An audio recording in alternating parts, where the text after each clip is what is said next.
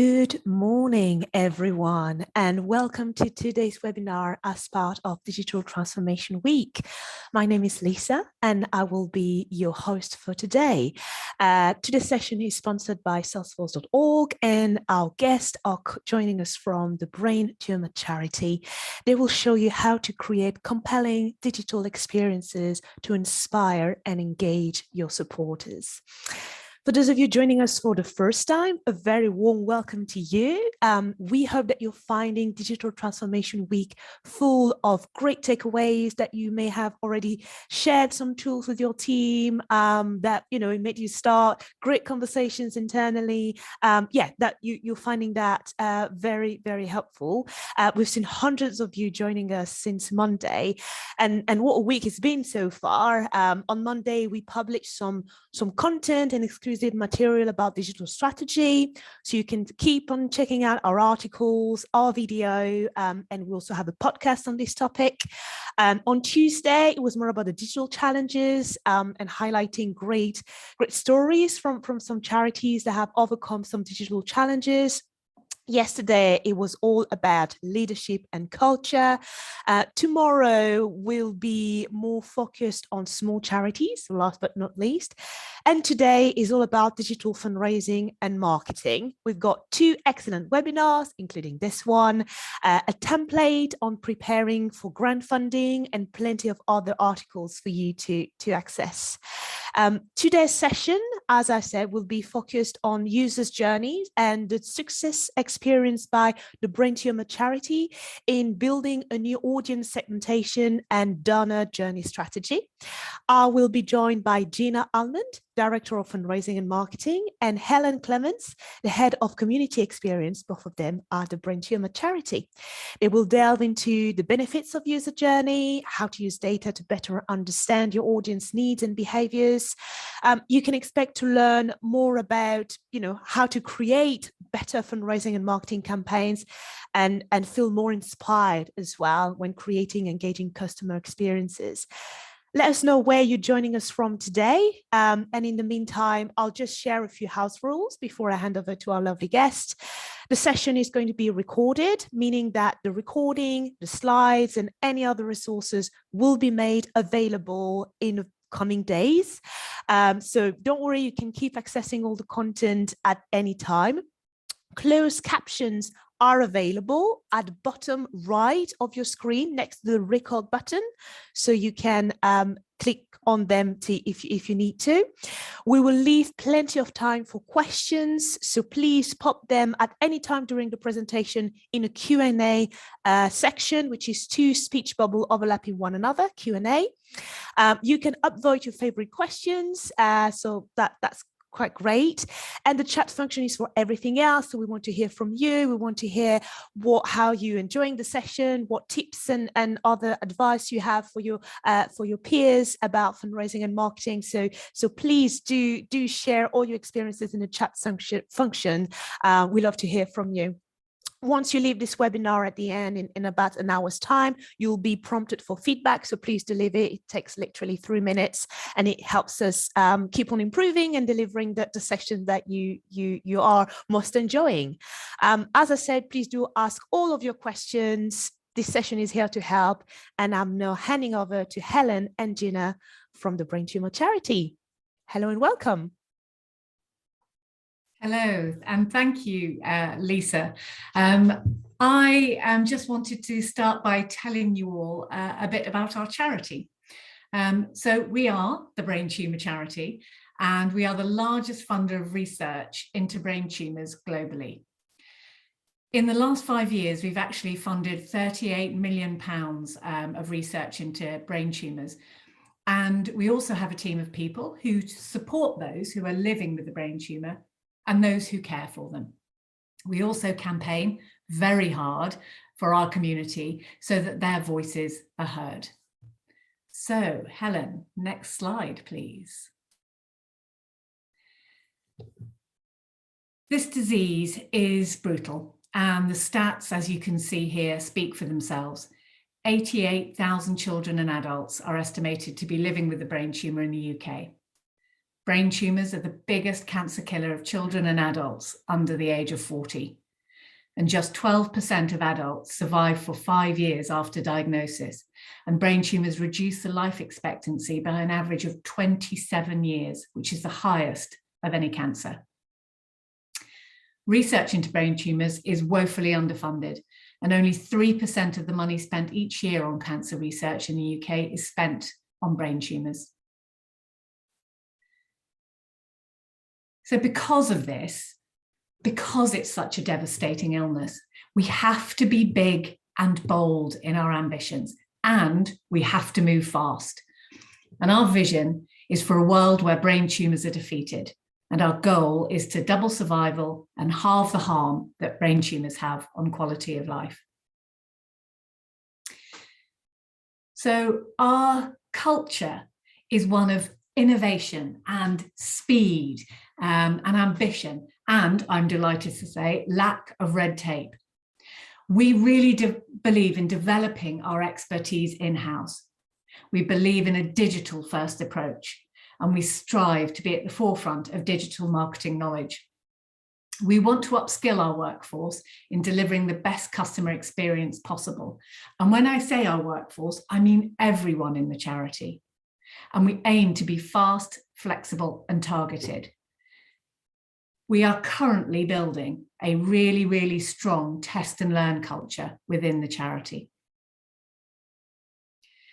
And so this brings us to why we are here today.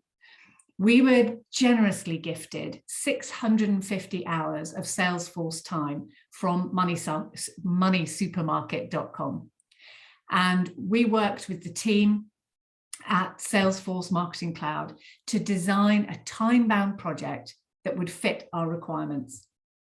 And the project included so many amazing things. We had data analysis, we had training sessions, we had workshops, the development of an audience segmentation model, which was awesome, and the creation of a minimum viable product, a pilot for us.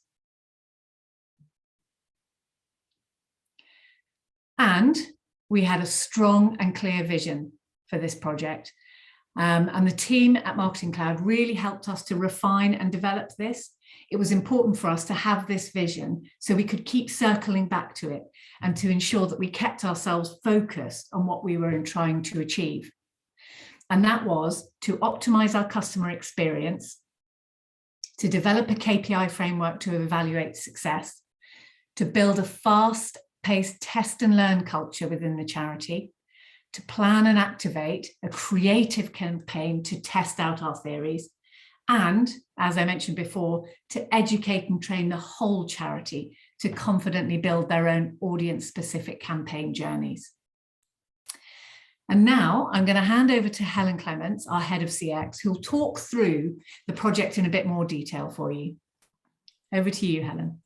Okay, thank you. So, as Gina said, we kind of knew what we wanted to do, and the guys at Salesforce Marketing Cloud helped us to kind of narrow this down into kind of 4 main work streams. So the first was we really wanted to delve into understanding what our current kind of customer or community experience was, but what it also could be, so what our vision was it for. So yeah, with like many charities, I think we were very clear, we were very good at knowing what it is that we want to achieve. So you know, curing brain tumors, you know, defeating brain tumors, but we're not necessarily good at saying, well, what is our customer experience vision? What does that look like? What should the journeys look like? You know, how can we create that, you know, within a kind of digital first environment? So that was the kind of thing that we wanted to really kind of delve into that and look at it. We also wanted to do, as Gina said, a kind of a minimal viable project, a pilot that tested that, excuse me, so a campaign within Marketing Cloud that would allow us to really test some of our hypotheses. We also wanted to do a data and technical audit. Again, as Gina mentioned, you know, we want to be evidence-led in everything that we do. We want to be able to build our KPIs, but you know, the first part of that is actually understanding what is the data telling us right now about what we should want to go and do. And then the other kind of the last bit, but certainly not the least, is looking at self-sufficiency. So up until we started this project, kind of knowledge of how to build journeys, you know, how to just send an individual email is very, very kind of limited in terms of, you know, 1 or 2 people in the organization. And actually we already knew that, you know, to expand to meet our vision as what we wanted to do with kind of our digital journey building, that actually we needed more resource. And, you know, like any charity, we couldn't just go out and hire 10 new people that only were to look at that. You know, we needed to make sure that everybody in the charity, doesn't even matter if they're working in fundraising or marketing, and our research team, our support team, we're actually able to make use of the technology. So to start off with, again, like I'm sure many of you, you know, we've got lots and lots and lots of different types of people that make up our community. You know, from those people who are, you know, affected with brain tumours, they're living with brain tumours, healthcare professionals, you know, those are our supporters, people who are donating to us. And, you know, we'd love to have done everything, but frankly, you know, it's just too many people, it's just too big.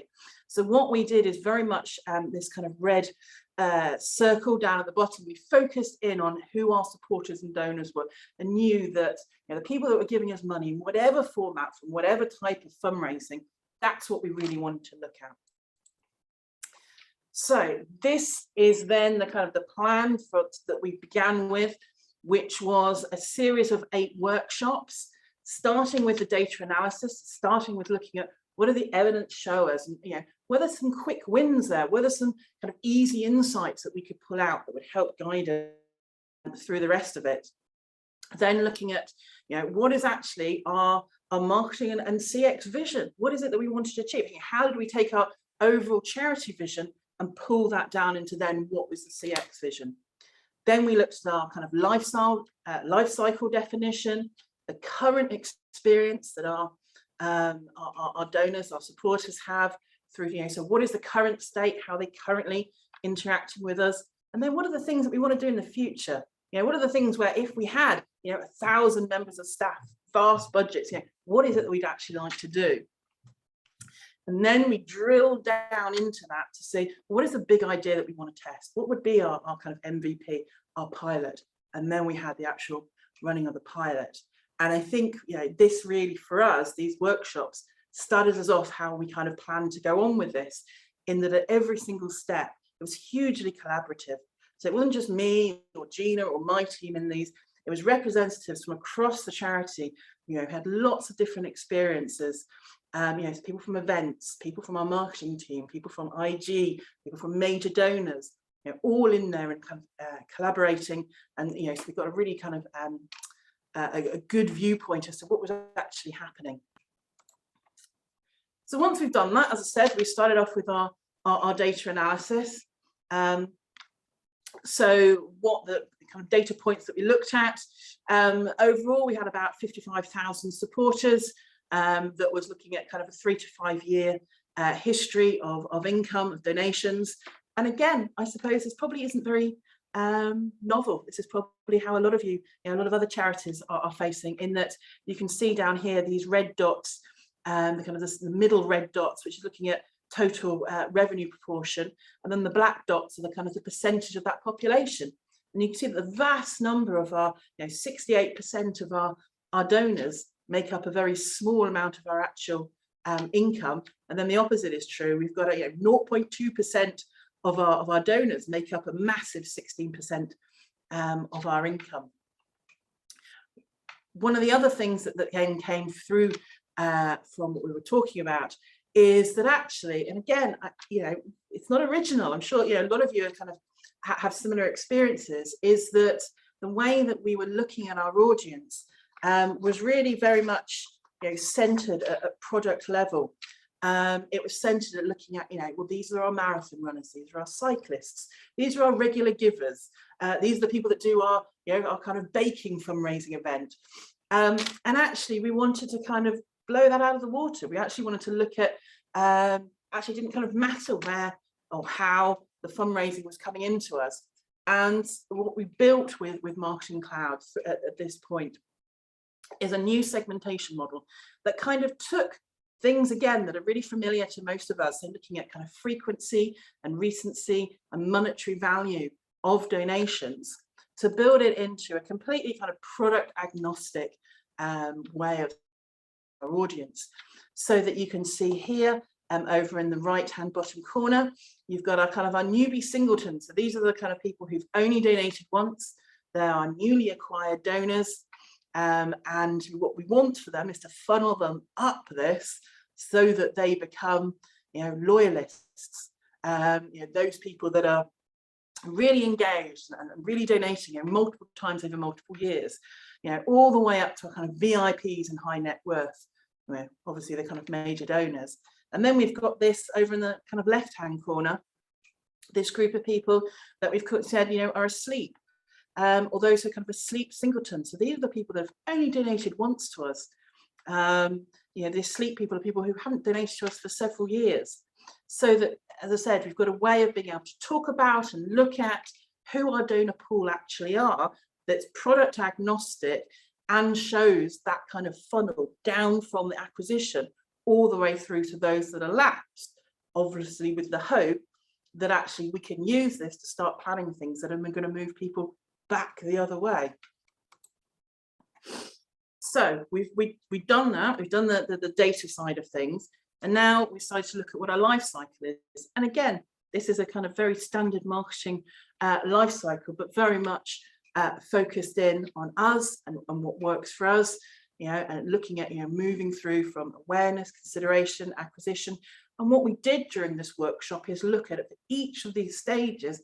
How are we talking to our donors? How are they coming through to us? What are those entry points? Where are they exiting? Where do we currently think that they're getting really good experience? Whereas the thank you letters are really good and tailored and working really well. But where are there perhaps some gaps that we can already see that we need to look at a different way of doing it? That then, all of that took us to this kind of big kind of customer experience blueprint that really, as I said, it's got over 100 different data signals, the kind of different data points where we're thinking about how our donors are interacting with us, 80 plus moments of meaning. So there are those, from the very initial, for whatever reason that's motivating somebody, they look up our charity, or they look for a charity that's within the kind of brain tumors world. They find us, and then we move them through, we engage them until they become a donor. So just kind of focusing in a little bit on this, and this is it's a massive kind of JPEG that we got through and look at, but when we kind of really dive into it, what it really shows is how all those different elements interact with each other.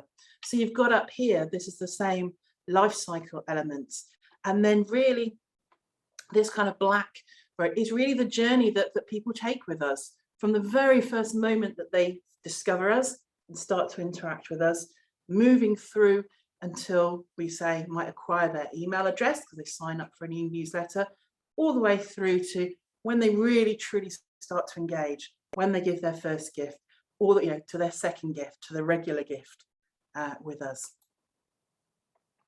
So as I said, we then started to look and kind of brainstorm ideas for kind of future initiatives. So as I said, we started off really big. What would we really like to do? Budget and money and resource and time wasn't a thing, wasn't a block for us. But then we started to look at, well, what was actually the feasibility? What could we technically do? What would be most valuable to do? And then what did we want to do? What do we think our supporters would want us? So very much, really kind of found the sweet spot.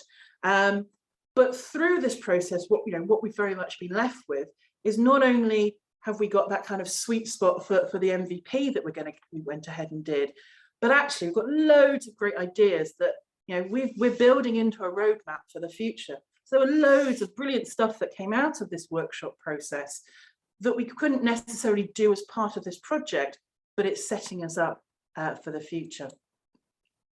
So what actually was our big idea?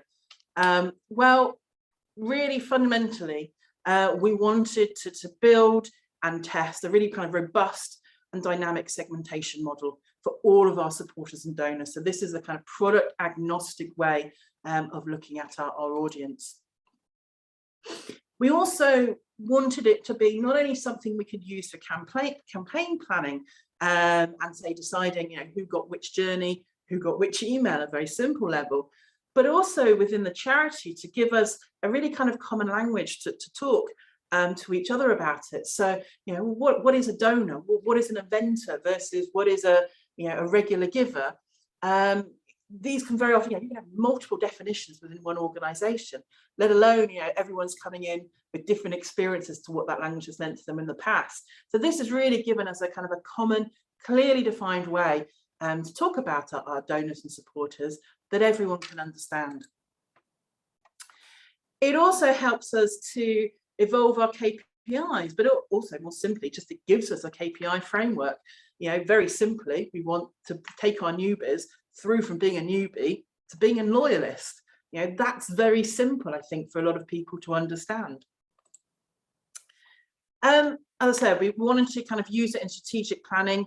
So this is where, you know, when we think about, you know, for the future in terms of planning, we wanted to think about, you know, well, actually, we'll build our campaign plans based on those different audience segments. As I said, you know, everything from this point on, and very much, you know, kind of the MVP way of doing things enables that kind of culture and test and learn. You know, by its very nature, an MVP or pilot project, it's not perfect. It's not exactly what you might want to do. It's what you can feasibly do with the resource you have at that moment in time. And it gives you then those data points, that information that you can keep testing and keep improving things. And as I said, we wanted to have something that would really help to feed into the self-service approach in not only enabling lots of people in the organisation to be able to do this, but also to help kind of save time and resources. So everything that we wanted to do, we had in our mind, well, it needs to be efficiently done. It needs to be simple enough for everyone to do, but also simple enough so that we're not there for hours trying to do it. So we then went into, this is the fun bit, kind of developing a kind of pilot campaign to really test all of those ideas. And as I said, we wanted to do something that would help us to test how we could engage with these specific segments in a way that perhaps we hadn't done previously, with using some really rich content that really very much moved us away from the kind of, here is a case study, donate now type of messaging. That this approach would very much give us lots of insights and lots of extra bits of information that we could use to further test and evolve not only this journey and this pilot project, but also everything else that we were doing. As I said, this fundamental wanting to move away from kind of product-led campaigns so that you know, we can get the real value of people. And we move away from those silos of these are eventers, these are RGs, because actually what the data showed, and you know, I know that in I've read lots of other white papers and things around the industry and the sector, shows is that, you know, sometimes your eventers can be hugely valuable. And you know, somebody might want to do a bake sale one day, but they want to set up an RG 6 months down the line. So there's lots of opportunities to bring them together and to think of them, as I said, not in that way, but as, you know, individuals. So as I said, this is our hypothesis that we went ahead and built our MVP pilot project on. We wanted to engage our segments. We wanted journey-based campaigns that will produce further insights for optimizing lots more things in the future. And we wanted to move away from those product-led campaigns. So what did we do? Now, not everyone on here, I can't see you all, will necessarily remember these, but certainly these types of books played a large part of in my childhood, where you'd open a book and it said, if you want to go to the haunted forest, go to page 10. If you want to go to the fairy river, go to page 6. And what we wanted to take from that is this concept of really actively allowing people, you know, our supporters, to choose where they went in the journey. So that each point in it, they were being asked, do you want to hear about this? Or do you want to hear about this? So our case study, because yes, everything that we do has to revolve around you know, our marvelous community. So this young man is Jeremy Daubney. He tragically lost both his parents at a very young age. one of whom had a brain tumour. And he did an amazing thing. He cycled around the whole of the UK trying to find the best breakfast. So he went to lots of different cafes, pubs, eateries of various types, and had lots of breakfasts. But he also met loads of other members of the community around the way. He did lots of amazing things, and he blogged about it, and he videoed it, and he really wanted to kind of use it not just as a fundraising way, but a way to get awareness message out there as well. So we knew we wanted to kind of focus in on Jeremy because there's so much exciting content. So what do we actually do? Well, we took that and we started to plot out what that journey would look like, starting with a kind of email one to engage our supporters, to give that kind of introduction video directly from Jeremy. But as part of that first email, they could then choose what email 2 looked like. So they could say, oh yeah, I'd like to hear more about the actual breakfasts. I'd like to hear about where Jeremy found the best breakfast. Or that they wanted to say, hear about the research. So they could directly within that email, they could click on either breakfasts or research. And that is what we trialed through then, all the different emails. So every email had that element to it. So the email 2 that one supporter saw could be very different to what another supporter saw, and similarly way through it, because they got to choose their own navigation through the content. So I said we started off with kind of 6 emails, but actually, which sounded really simple. We thought it sounded really simple. We'd kind of pulled ourselves back. This is a kind of feasibility element, because we started 40 different emails, all these different elements, but no, we had to do it in a very, very short amount of time. We did all of this. I should have said this whole project was 6 months, and this MVP development was done in about a month, if that actually. So we couldn't really do that, but we thought 6 emails, that'll be great, we can do that. Except when we really got into it and started to map out all of those different points and choices, it looked like this. Lots and lots and lots of different parts of it, and every part of it needed slightly different copies, slightly different elements to it. So we were very glad we ended up with 6 emails, because otherwise goodness knows what it would have looked like. And then from that, there were some other things that we did. Excuse me. We did a lot of personalization. The copy was written by our in-house copywriter, and there were some brilliant puns. There are some amazing puns that you could write about bacon and eggs and breakfast in general. There are some bacon emojis that we used and subject lines. We really tried to make the emails as fun as we possibly could. Because that's the message that Jeremy was pushing out. He was taking something very tragic and really looking to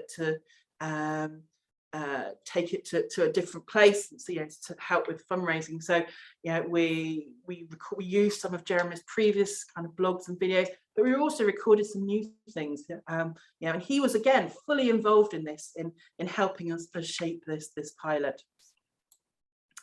So what did we actually do? Well, between the 5th and 17th of January this year, we targeted 15.5 supporters who were across many of those different audience segments they talked to you about. As I said, we had 32 different emails, even though it started with just those 6 blocks. We sent in total 50,000 different emails, and we got what for us really good open rates. We got 58% open rate across all of those emails, and then a 2.5% click-through rate. And what I should also say is that we've kept 1,500 behind in a control group, because like many of us, there is no quiet time. There is no time when we are not sending other things in some way to our supporters. So we knew we couldn't say, right, well, all of these supporters between these 2 weeks, nobody else talked to them in any way at all to see how things go. because of course we can't. There are other journeys that are running, that are being triggered by our donors' behaviour. There are other things happening. So by having that control group, it gave us a way of being able to really look at the effectiveness of this particular MVP. So as I said, 1,500 of them, and they only had within this same time period, those emails that went to them got a 45% open rate. So as you can see, got a significantly higher open rate for this journey. Click-through rate is not quite as positive, statistically speaking. It's about the same, 2.9%. We also, though, looked at the overall, the MVP target group. So these 15,000 people that we emailed, how had they behaved within our digital channels in 2021 and on a whole? So on a whole, they had received over 355,000 emails. And again, this journey was significantly higher. So in terms of open rate, so on average, they gave about 32% open rate versus our 58. And they were a little bit lower in terms of click-through rate, 2.4 versus 2.5. So again, statistically speaking, probably about the same. So these kind of surface level metrics looks okay, looks good. But we then went one step further into looking at it. And what we saw is, again, this is all in comparison to those who were on the journey versus that control group. Well, we saw a 4K incremental revenue increase in just those kind of 12 days from the end of our MVP until when we did this analysis. We saw a 2 times uplift in donations per donor. We saw a 1.7 increase in the amount per donation. And we saw that those gifters who are in our kind of newbie singleton and newbie levels gave an increased frequency and amount by those who, as I said, only given their first or second gifters. These were all brilliant metrics. But again, this is where it comes into, it was nuanced in terms of what the results were. And as I said, we got this very high open rate, but the click-through rate kind of average. We also saw a higher unsubscribe rate than we might have expected. So 3.5 times increase in real numbers. It still wasn't terrible, but it was higher than what we're used to. And we also saw that for some audience segments, they really responded to this. So the champs, the loyalists and the newbies performed really well. But our past champs and our past loyalists, less so. So they're the groups who were really valuable, engaged supporters who had fallen kind of slightly by the wayside in terms of they hadn't donated for a couple of years. They didn't really like this content. And whilst we saw kind of about 2.5 times movement to the better segment, so this is where, as I said, where we were wanting to kind of move people up and to the right, we also saw a kind of 1.5 times move to the lesser segments. This journey got movement, but it wasn't necessarily always in the way that we would have hoped for. So what next? What are we kind of looking to do from that? Well, very simply, we really want to take this new audience segmentation, and we are taking it and embedding it into absolutely everything that we do. As I said, that analysis was done 12 days after the journey, and really we want to analyze it at the 3, the 6 and the 12-month point, so that we can understand what is the effect on that, what is a tail effect, but what does that, what does it look like kind of longer term. We're also now kind of setting up the dynamic segmentation within Marketing Cloud, so within our ESP, so that, as I said, we're looking to kind of move out who can use our software for sending emails and setting up journeys. And we want to make it as easy as possible for them to target these particular audience segments. As I said, fundamentally, we're now thinking about how we set campaigns and appeals that go to specifically to those segments. We're also reusing and retesting a huge amount of that initial journey. We're pulling it into a new welcome journey, and we're continuing to test it. As I said, it wasn't perfect when it launched, but we got loads and loads of information through. So we're testing, number of days between email 1 and email 2. We're testing some new subject lines. In our original journey, we only had a donate now message quite a way down the journey. Actually, what we saw is that there was some evidence that was pointing to, we might want to ask some people a little bit earlier. So we're starting to test something like, well, we won't make it the focus of those early emails still, but perhaps we'll just have a donate now button there and see what that does. So as I said, we're reusing, but we're also doing lots of more new testing. As I said, those kind of past champs, past loyalists, the people we really want to reactivate, really want to re-engage, weren't really fans of the journey. So we're starting to look at what we might do differently for them.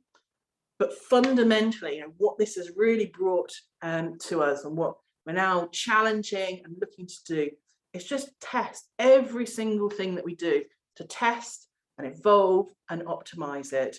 So we're not looking for perfection first time round, but we're looking to kind of get ourselves to perfection. So we're looking to kind of new phase, everything that we're looking to do.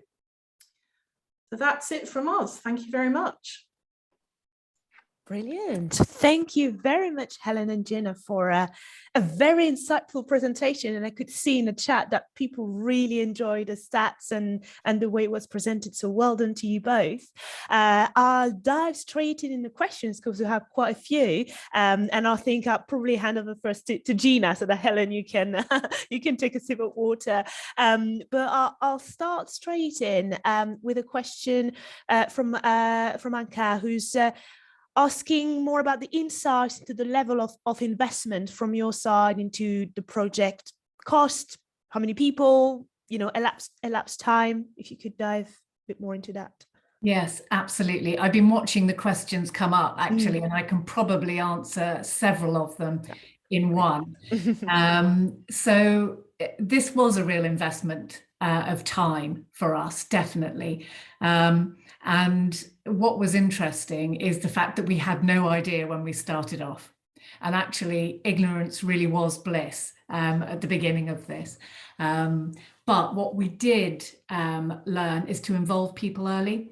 One of the questions in the chat was around how do you get people involved? Those who perhaps are used to doing it in a certain way. Yeah.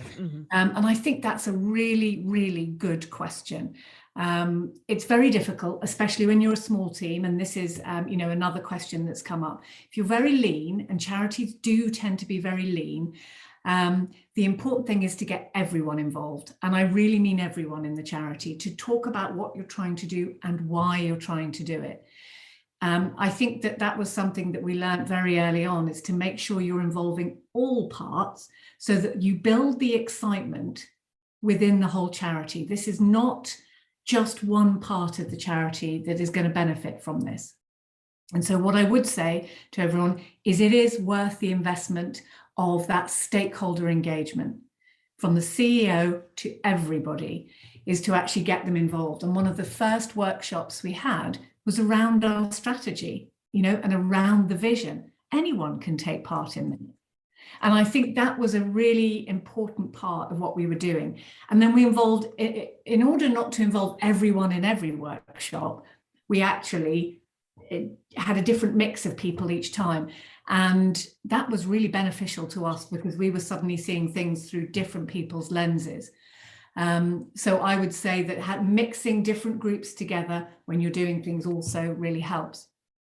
Yes. Sorry, Lisa. Yeah, one of the other elements that we discovered is actually reporting back regularly to everybody on the results as we were going through. What is it looking like? How is it working? And in order to save a bit of time, to somebody's point about we just don't have the people to do this, reuse things. Our journey that we did with Jeremy, we reused an awful lot of content we already had because we didn't have the time to film an awful lot of extra stuff. We asked him to film various things for us himself. So we did try very hard to minimize, the extra effort that was involved. But I'm not going to lie and say to you that, you know, it was easy, you know, but I have to say that the Marketing Cloud team kept us focused. And that was really important. They kept us focused, they kept us moving forward, they kept driving it forward, which meant that we did do it in very, very short period of time. And I think one of the things I want to highlight that Helen was talking about is don't try and get perfection. There's no such thing, you know, so keep testing, keep trialing it, learn, move to the next thing. And I think that stood us in really good stead. Absolutely, yes. Well, thank you very much, Dina. I think, yeah, one key element there that, you know, that I think is very important is to keep trying and testing. You might maybe feel uncomfortable because you feel, okay, we may have wasted time, it didn't work, but no, actually this is a good learning. And reflecting and learning from this is very important. And maybe some of the challenges that we have in the sector is having that lack of time, maybe to reflect and take a step back and be like, okay, it didn't work, but it's a learning. And I think, yeah, it might be a difficult conversation to start with, but a very necessary one, I guess, to have internally so that project can move forward. And another question that delves more into the relationship with the Salesforce team. So the internal and Salesforce team journey to engage, who, you know, how did that work? Who was executing? How did that happen? Okay, so it was very collaborative at every point. And the actual journey in terms, started with our 6 emails and then worked out how we did that. By that point, that was something that we kind of plotted out ourselves in-house, lots of different people involved, but with the kind of guidance and boundaries put in place with the Marketing Cloud team. And I think, as Gina hinted at, you know, that was one of the really great things about the people that we were working with there, is that, you know, they really helped us to think. So they really helped us to put down what we wanted to do. So they weren't leading us one way, they were just giving us the tools and helping us to get to where we wanted to. Because we, and I don't mean me at all, I mean all the great people that were involved from across the charity, really know our community and really understand what those messages should be and how they should work. So it was really collaborative. As I said, they helped us to kind of prioritize in onto what it should be. But they then took that journey and they then implemented it for us within Marketing Cloud. So they built it within Marketing Cloud for us. And one of the great things, certainly for me, was that, you know, that kind of almost gave us a kind of a gold standard journey that we could then pick apart and re-engineer. Yeah. So now we've got internal people taking that journey that they built and going, oh, what's happening here? How can I use that in another journey? Oh, I like that little bit of thing happening over there. I'm going to take that. So that in itself has been really great. Absolutely, great. Yeah, that's good to hear. And so how, you may have covered that briefly, but how are you progressing this pilot into your business as usual, the other journeys? So the first thing I said that we're doing at the moment, because it's this journey really just, and the evidence backs this up, really proves that actually where we can get the most value from it is within our welcome journey. And we have a welcome journey. I'm sure most people here have some kind of digital welcome journey, but and it does all right, but it's not great. So we really have taken the elements that have really worked really well, tweaked the elements that aren't working so well from the kind of MVP journey, and we're kind of merging it together to really get as good as we can be, and to also make our welcome journey more about the stewardship and more about engaging these kind of new people in really exciting content that isn't just, well, can I have another gift, please? Can you give me some more money, please? That actually we're kind of bringing them in through that. So that's the kind of part of the way that we're doing it in terms of how we're thinking about the next steps, very practical next steps, but also as Gina again talked about, we're not letting people forget what we've done. We're constantly talking to the rest of the kind of the wider organization about it and about how they can make use of it. And every time, that we're starting to think about a new journey, it's, well, what learnings can we bring in? Yeah. What bits did we like? Even what bits didn't work that we can now make sure we don't make those same mistakes. Everything that we're doing, that's what we're talking about. Even when we're planning our kind of big multi-channel campaigns, well, how do these audience segments fit into it? So as I said, it's very much a phased approach. We're not trying to do everything at once. At once, no. And I think it's important also to note that this isn't just about our fundraising team as well.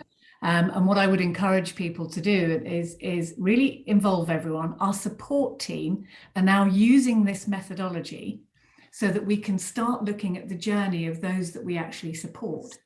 So it's the same methodology, the same workshops that we can go through to build the journey for them and to test and learn what different types of people need. So somebody actually living with a brain tumour will take a different journey from someone who's a carer of somebody who has a brain tumour. And so therefore we're taking all of those learnings that we had with this and applying it to other different areas of what we're doing, which is how you get everybody engaged and how you actually start building a spaghetti of journeys that sit behind what people see.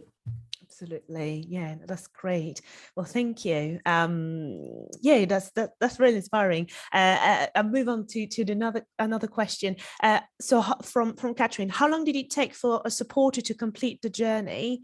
And did you suspend all other email contact during that period? You kind of hinted to it that you had, separate groups, so business as usual could also continue on the side. Yeah, so like most of this project, it was very, very fast paced. And if you were somebody who joined, from the start of the journey through to if you stayed all the way through, it was about 12 to 14 days. So this was really quick that they moved through it. Yeah. And obviously not everybody stayed from the very beginning to the very end. So it was a quick journey. Because that was also, that was part of the what we wanted to test, because again, we kind of kept things, well, somebody might get an email every month or an email every fortnight.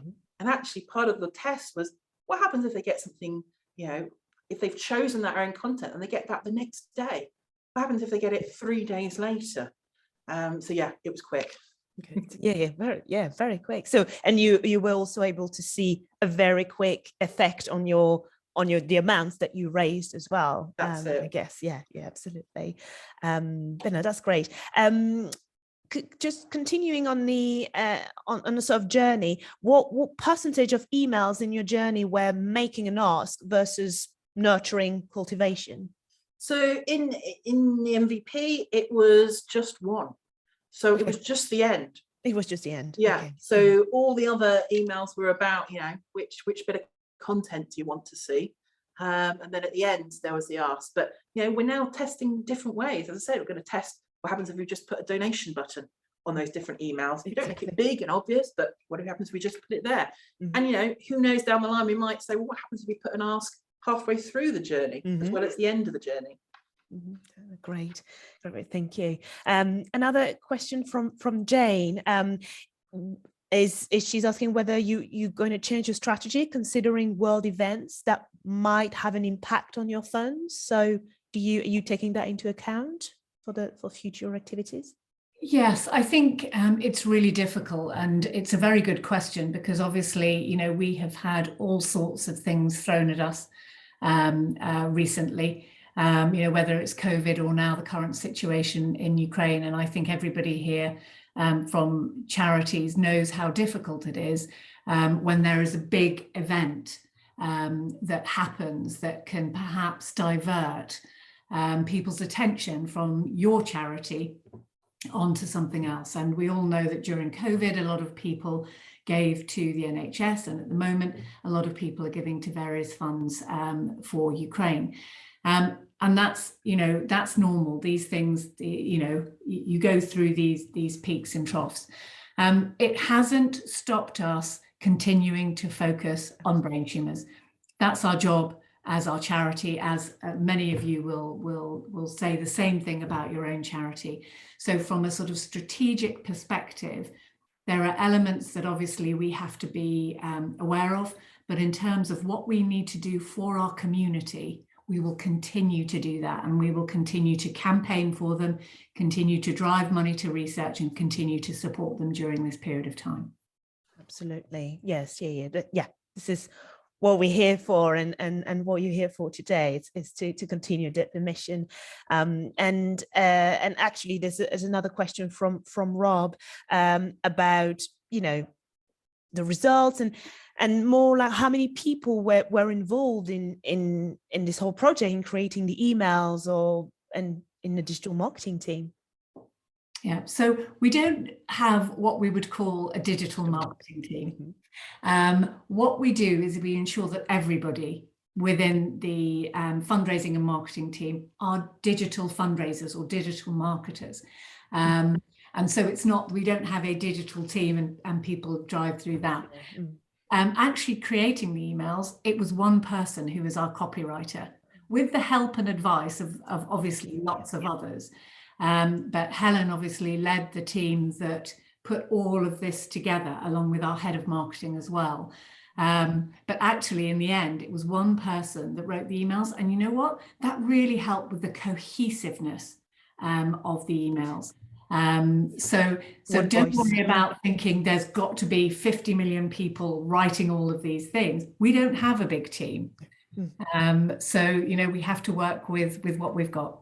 Exactly. Yeah. And then it's also quite important to keep one voice, really, and for somebody to also really understand the journey. I think it's easier when you have a small team or one person to share that messaging. But yeah, that's good. We've got time for one more question, and maybe a tricky one. What did you find the most challenging during this process? Was there anything that was challenging? Because you make it sound like it was very, very blissful. So keen to hear that. It wasn't very blissful, actually. But I have to say, it was a fantastic experience. It was fast moving, high pressure, and you know, at times we were thinking, oh my God, are we even going to do this? When is this actually going to go live? Is it going to work? But because it moved so fast, you almost didn't have time to worry about it. And I think the challenge, certainly from my perspective, was making sure I kept everybody focused on what it was that we were trying to do, kept everyone's eyes on the prize at all points. And so I think from my perspective, that was the most challenging element, but I'll let Helen answer from her perspective. No, I second everything Gina said. And I think it's, you know, we went into this knowing we wanted to be collaborative, and that we didn't just want, you know, one or two people involved in the workshops and kind of feeding into it. And I think sometimes it's tempting to keep it quite a small group, because that's easy.